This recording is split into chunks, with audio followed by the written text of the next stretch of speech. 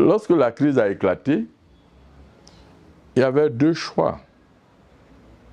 Ou bien on s'engageait dans une volonté très claire de mater la rébellion, ou alors on négociait.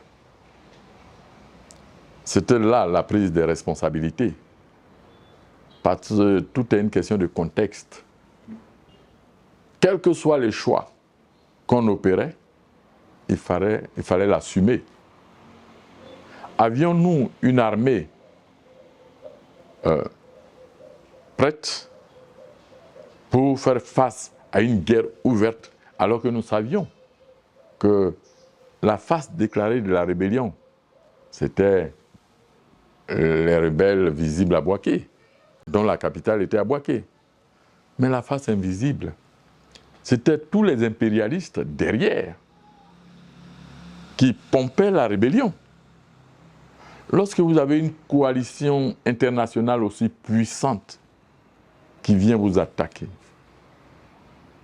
comment vous répondez?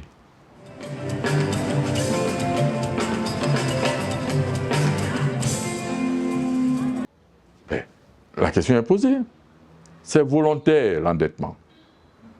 On peut faire des budgets sécurisés et vivre sur ses propres ressources.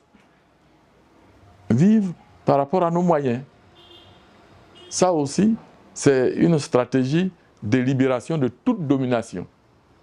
Mais s'endetter, c'est volontairement aller se mettre sous la coupe d'autrui. Alors, on veut accuser les Occidentaux qui nous prêtent l'argent.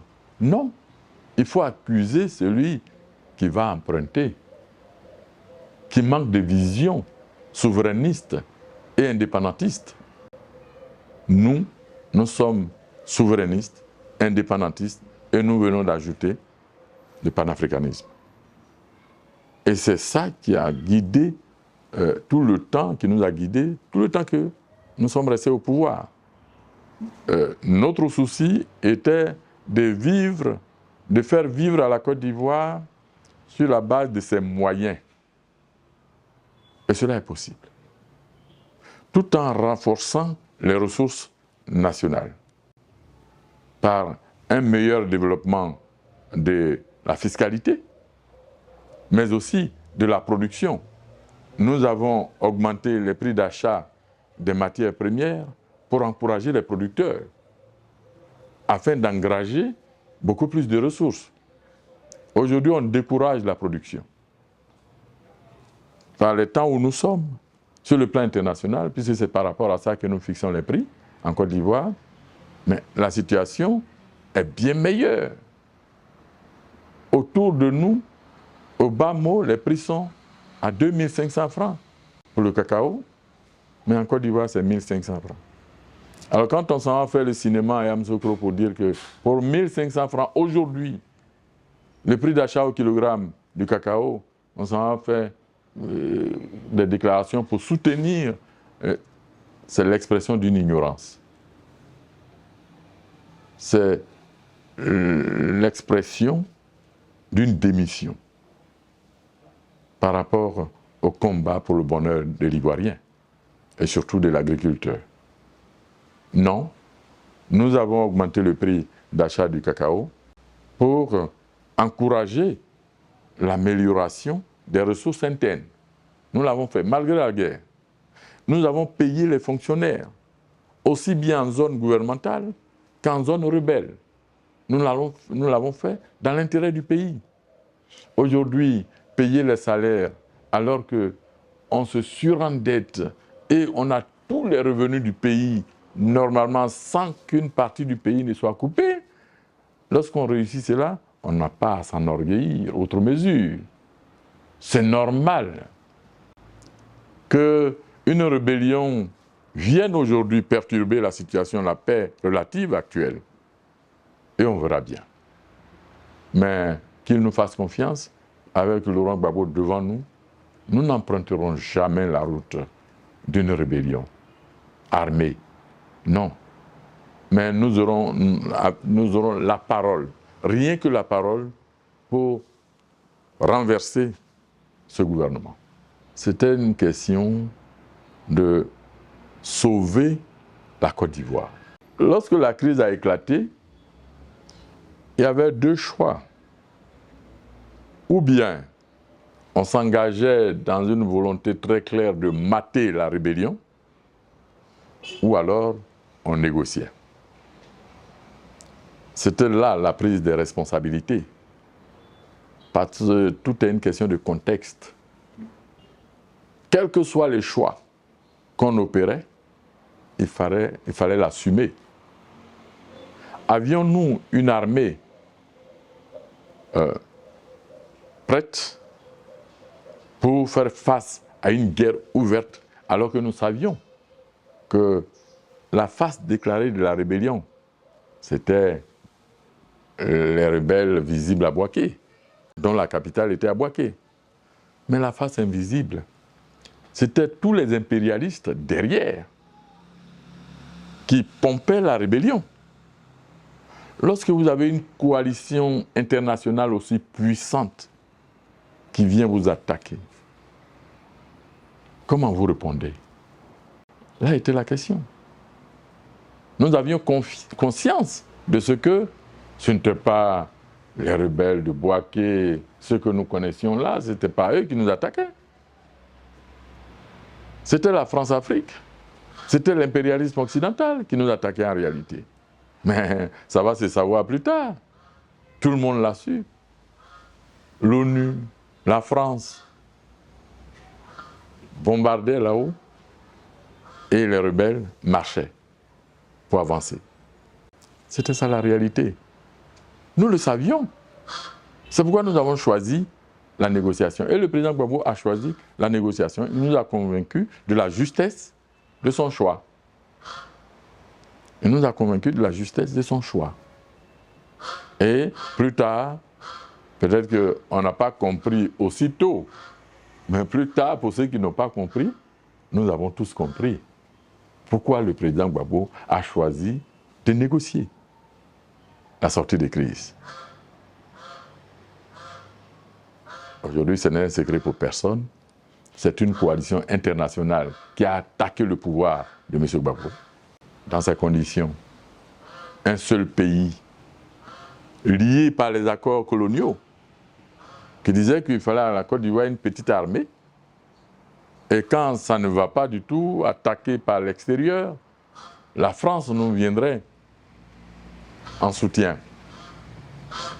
Mais quand la Côte d'Ivoire a été attaquée, toutes les preuves de ce que l'attaque venait de l'extérieur, quand le président a demandé le soutien de la France, la réponse a été négative. C'est un non, pur et simple. Pourquoi? Parce que la France elle-même était impliquée dans la rébellion. Elle ne peut pas combattre ce qu'elle-même a créé, la France. Le président Gbagbo, sur toute la ligne, a eu raison donc de négocier. Parce que la France, quand même, est une puissance mondiale. Et quand vous avez à côté de la France les forces onusiennes sur le terrain, il fallait réfléchir pour l'examen de la situation de sortie de crise. Comment sortir de la crise face à une telle situation? C'est pas une question. Le choix ne nous était même pas donné. On ne connaît pas souvent son empoisonneur, mais on sait qui peut vous frapper à mort. Voilà. Or là, les choses étaient en face. Est-ce que celui-là peut me frapper? Nous avons répondu oui. Par conséquent, il faut user de stratégie. C'est ce que nous avons fait. C'est ce que nous avons fait. Et c'est ce qui a fait que le coup d'État, qui en fait est une question de journée, a mis 10 ans. Je vous dis, de 2001, 8 janvier 2001, au 11 avril 2011. Ça a duré. Nous avons réussi a calmé un peu la situation. Mais la crise n'était jamais finie, de 2001 à 2011. Pas du tout. Vous travaillez avec des rebelles. La rébellion était permanente. Et une partie du pays était sous leur commandement. Ils avaient même un budget, ils avaient des ressources financières. Le bois, à un moment donné, même le cacao et le café dans cette zone se vendaient ailleurs. C'était des ressources ivoiriennes qui se sont retrouvées ailleurs. Mais quand vous êtes dans un tel contexte, il faut savoir agir. Et c'est ce que le président Gbagbo a fait. Il a été peut-être incompris par moments, mais aujourd'hui, je crois que tout le monde le comprend. Je voudrais vous donner d'abord un point de vue très général sur l'école en Afrique et en Côte d'Ivoire. Nous avons une école qui est étrangère à notre société. Le premier effort que nous devons faire en Afrique, et particulièrement en Côte d'Ivoire, c'est d'intégrer l'école à la société ivoirienne. Par la culture, par le contenu des programmes et par les images qui soutiennent les enseignements. En tout cas, pour ce qui concerne le préscolaire, le primaire et le secondaire, nous avons besoin d'africaniser l'école.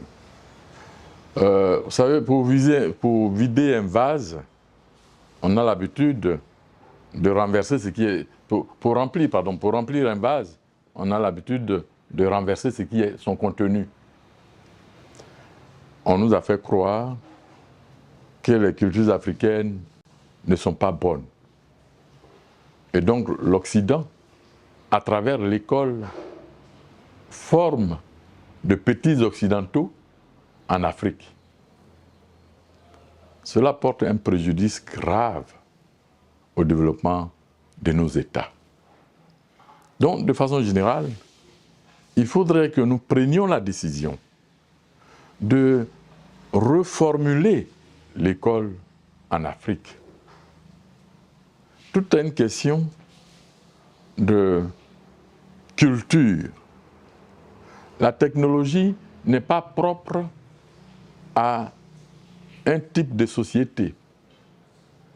La preuve, c'est que, étant berceau de l'humanité, en Égypte, on a appris à construire les maisons à hauteur, avant tout le monde,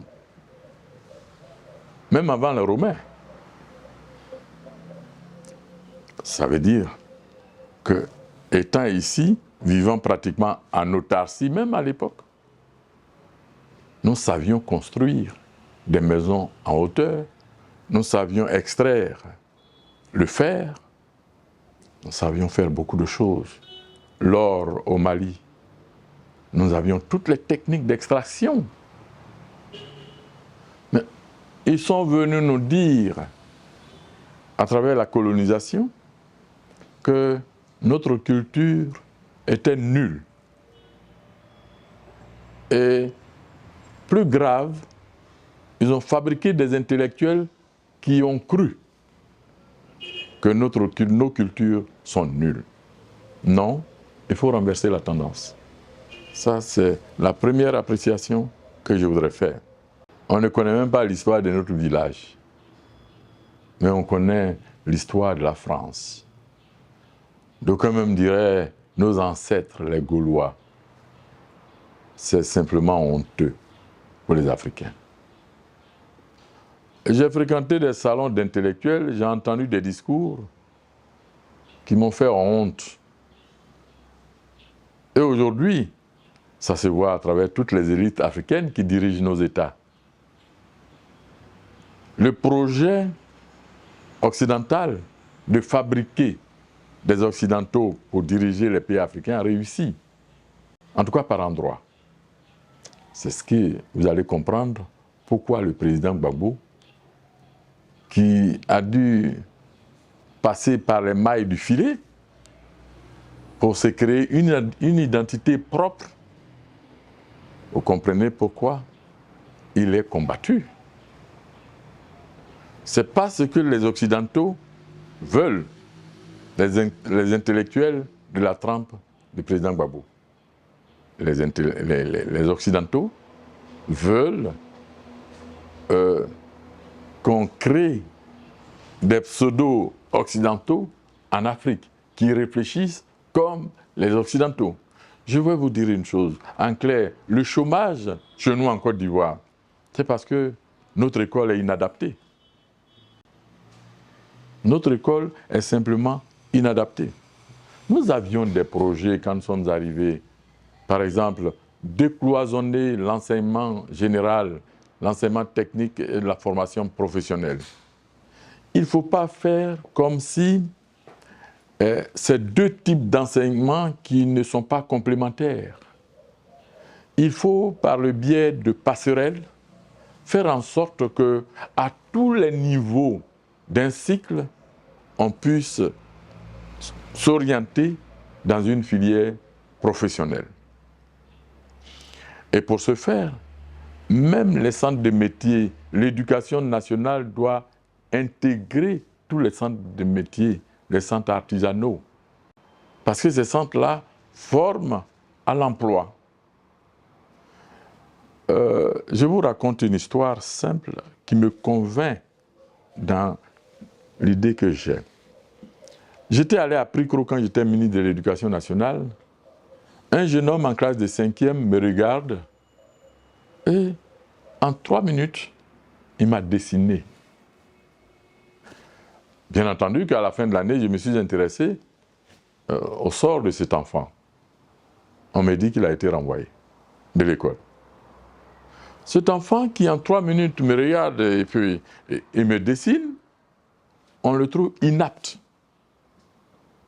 Inapte à quoi? Mais c'est parce qu'il y a des normes par rapport à notre école actuelle que cet enfant-là est inapte par rapport aux normes de cette école. Sinon, c'est un dessinateur que j'ai sorti, je suis allé le récupérer dans son village et j'ai remis dans le circuit à l'INSAC. Mais il est devenu un grand artiste aujourd'hui. Voyez-vous, c'est comme ça que notre école tue les petits génies. Il faut donc changer l'école ivoirienne pour des projets plus endogènes, pour adapter notre système éducatif à nos besoins. Nous sommes dans une économie basée sur l'agriculture. Mais dites-moi, quand vous allez à l'école ivoirienne, où est-ce qu'on vous parle de l'agriculture? Même les écoles agricoles, l'IAB de Boaké, a été supprimée. Benjerville, qui formait aujourd'hui à aller à l'école d'élevage, c'est réduit à sa plus simple expression. Alors, pourquoi ne professionnalise-t-on pas le métier de l'agriculture? Aujourd'hui, on veut renforcer la fiscalité, mais c'est en professionnalisant ce vaste domaine de l'agriculture que la fiscalité va aussi se développer. Parce que là, l'économie va trouver là un point d'application de la fiscalité. Mais notre école ne permet pas aujourd'hui de professionnaliser l'agriculture. L'activité agricole est aux mains des analphabètes. Et pire, quand les prix chutent, on décourage totalement la production. Donc, pour revenir précisément à cette question, je pense que cette école qui est là, n'est pas bonne. Elle n'est pas bonne. Et ceux qui nous ont fait la guerre savent très bien que nous voulions reformuler l'école pour l'adapter à nos besoins et former des cadres d'une autre trempe. C'est pourquoi, très tôt, ils nous ont attaqués. pour que le projet ne voit pas le jour. Mais on ne peut pas étouffer le soleil avec la main. Ce n'est pas possible. Aujourd'hui, quand je vois ce qui se passe au Niger, au Mali et au Burkina Faso, je crois que nous avons eu trop tôt raison. Les gens nous emboîtent le pas. En tout cas, le président Gbagbo a pensé, mais peut-être qu'il a voulu mettre en œuvre sa pensée trop tôt, alors que les uns et les autres ne comprenaient pas très bien ce qu'il voulait. Donc, ils se sont coalisés, même des Africains, pour l'attaquer. Mais aujourd'hui, un peu plus tard, mais il n'est jamais trop tard pour bien faire, l'Afrique est en train de retrouver sa voie. Et qu'on crée l'AES, d'accord, mais il faut créer la nouvelle école. Il faut créer la nouvelle école. Et je pense qu'ils vont créer la monnaie. Ils vont renforcer les armées. Mais il faut une nouvelle école. Celle-là n'est pas bonne pour l'avenir de l'Afrique et l'avenir de la Côte d'Ivoire. L'école est un domaine régalien de l'État. C'est-à-dire que la connaissance, la formation à la citoyenneté, la formation civique, l'État a un devoir, c'est de donner tout ça à chacun de nous. Et ça doit être gratuit. Mais l'école est devenue une activité commerciale. Et plusieurs intérêts gravitent autour de l'école. Depuis la création des écoles privées, à la fabrication des ouvrages, c'est aux mains de vampires qui recherchent des intérêts colossaux. Imaginez-vous qu'on dise « libéralisons la tenue scolaire ». Et ceux qui fabriquent le kaki, vous imaginez ce qu'ils perdent? C'est pourquoi il fallait nous combattre. Nous avons libéralisé la tenue scolaire. Il s'agit de faire des têtes bien faites. Il s'agit de voir qui sape bien, qui s'habille bien, etc. Au début de l'école en Côte d'Ivoire, on allait avec un pagne au cou. C'est vrai, les temps ont évolué, mais évoluons dans le sens de nos intérêts. C'est cela. Donner le savoir, la formation et l'éducation, développer le savoir-faire et le savoir-être dans un pays, ça doit se faire de façon gratuite. Or, aujourd'hui, je le répète, notre école est un champ d'expérimentation de toutes les stratégies commerciales. Tenez-vous bien, un ouvrage doit pouvoir résister au temps. D'abord dans sa présentation physique. Or, c'est fait de telle sorte que, à la suite de quelques mois d'utilisation par l'élève, l'ouvrage se détériore. Donc, il faut revenir sur la qualité de l'ouvrage. Ensuite, voyons le contenu. On change le contenu, pourquoi? Parce qu'on vend le livre. Il faut bien que ça rapporte. Si on passe d'une génération à l'autre en se passant les ouvrages, celui qui fabrique les ouvrages n'aura pas gagné quelque chose financièrement. Donc, on change une virgule quelque part, et pour ça, le livre a changé.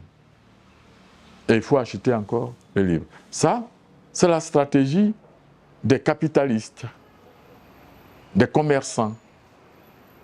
Il faut en finir avec. Aujourd'hui, nous voulons le pouvoir. Nous voulons le pouvoir pour donner le savoir, le savoir-faire et le savoir-être gratuitement aux citoyens. Pas comme ce qui se passe aujourd'hui. Les écoles privées, tout sauf l'éducation-formation. Des années scolaires raccourcies dans des écoles privées, tout juste pour ne plus avoir à payer les enseignants. Parce qu'une fois que l'école est fermée, bon, Malheureusement, d'ailleurs, dans le contrat du travail, dans le droit du travail, on devait garantir à tous ces enseignants du privé un salaire pendant les vacances.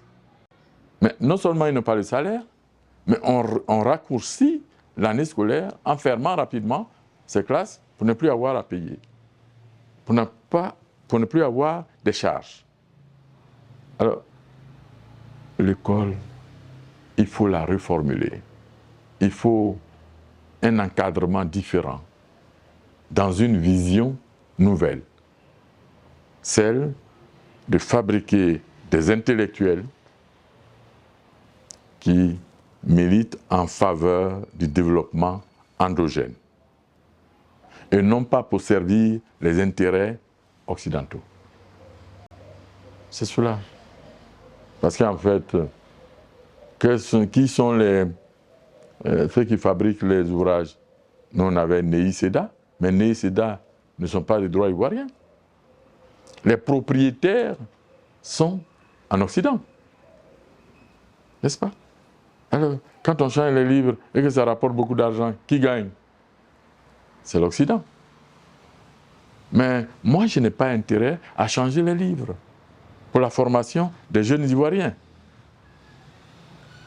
Eu égard à l'état de précarité dans les villages, il faut faire en sorte que le livre qui a servi aux plus petits, qui a avancé, puisse donner à son petit frère. Mais aujourd'hui, ce n'est pas le cas. Ce n'est pas le cas. Les quelques ouvrages rares qui échappent à ce principe machiavélique, mais du point de vue de la présentation physique du livre, on n'arrive même pas à la fin de l'année, les feuilles s'enlèvent. Il faut rompre avec tout ça. C'est ce que nous proposons. C'est le changement que nous souhaitons. On parle de développement. Il n'y a pas de meilleur développement que l'homme. Investir en l'homme, c'est le meilleur investissement qu'il y a. Aujourd'hui, les ponts, les routes, oui, il paraît que ça précède le développement. Mais le développement, il est pensé par des hommes et des femmes. Ceux qui marchent sur le goudron, là, s'ils réfléchissent pour l'Occident, ben, quand ce goudron-là même va se détériorer, ils ne pourront même pas avoir la solution du maintien de ce goudron. C'est ainsi qu'en Côte d'Ivoire, il y a la question de l'acquisition du matériel, mais la question la plus grave, c'est la question de la maintenance. C'est la question de la maintenance. Comme nous n'avons pas pensé au départ, nous ne pouvons pas penser au milieu, ni à la fin. Nous sommes donc réduits à consommer, rien qu'à consommer. Oh, je pense que les pourcentages de ressources dévolues à l'éducation n'ont pas changé.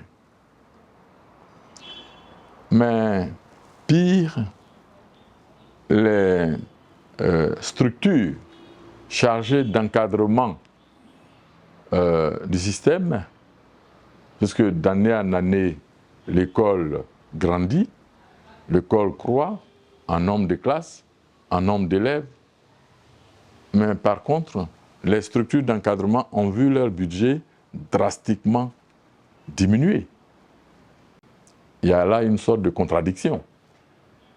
L'école croît, au lieu d'affecter des ressources raisonnables aux structures d'encadrement, aujourd'hui, ces structures d'encadrement ont leurs ressources complètement diminuées. Non seulement diminuées, mais ça arrive en retard. Dans les lycées et collèges, dans les inspections, le budget arrive en retard. Souvent, c'est souvent que dans certaines écoles, même la craie pour écrire au tableau manque. C'est souvent qu'il n'y a même pas de registre d'appel des élèves pour marquer les absences. Où va-t-on avec une dévalorisation de l'école à quoi on assiste aujourd'hui? C'est ça, ce sont là les questions essentielles qu'il nous faut régler, absolument. La question de l'école m'importe parce qu'il s'agit de fabriquer des têtes, des cerveaux. au service de l'Afrique et de la Côte d'Ivoire. Donc, c'est important. C'est important. Et nous avons beaucoup d'idées par rapport à la reformulation de l'école eu égard aux intérêts de nos États. Bon, je suis un homme de devoir. J'appartiens à un gouvernement, celui dirigé par le président Gbagbo, et ce gouvernement est en difficulté, se trouve face à une crise qui perdure, et en 2007, on m'appelle pour aller gérer l'armée qui est au centre de la crise. Car c'est des éléments de cette armée-là qui se sont retrouvés de l'autre côté avec des mercenaires et des volontaires militaires, n'est-ce pas? Et on m'appelle. Mais comment j'ai été nommé ministre? Le président Gbagbo va me l'expliquer. Je n'ai pas été choqué puisque je suis avec le président Gbagbo très sincèrement, prêt à servir pour sauver la situation, s'il me le demande. Voilà. Mais je vais venir à la défense, non pas parce que j'ai demandé, non. Loin de là. Vous savez, j'ai été nommé à la défense suite à l'accord politique de Ouaga.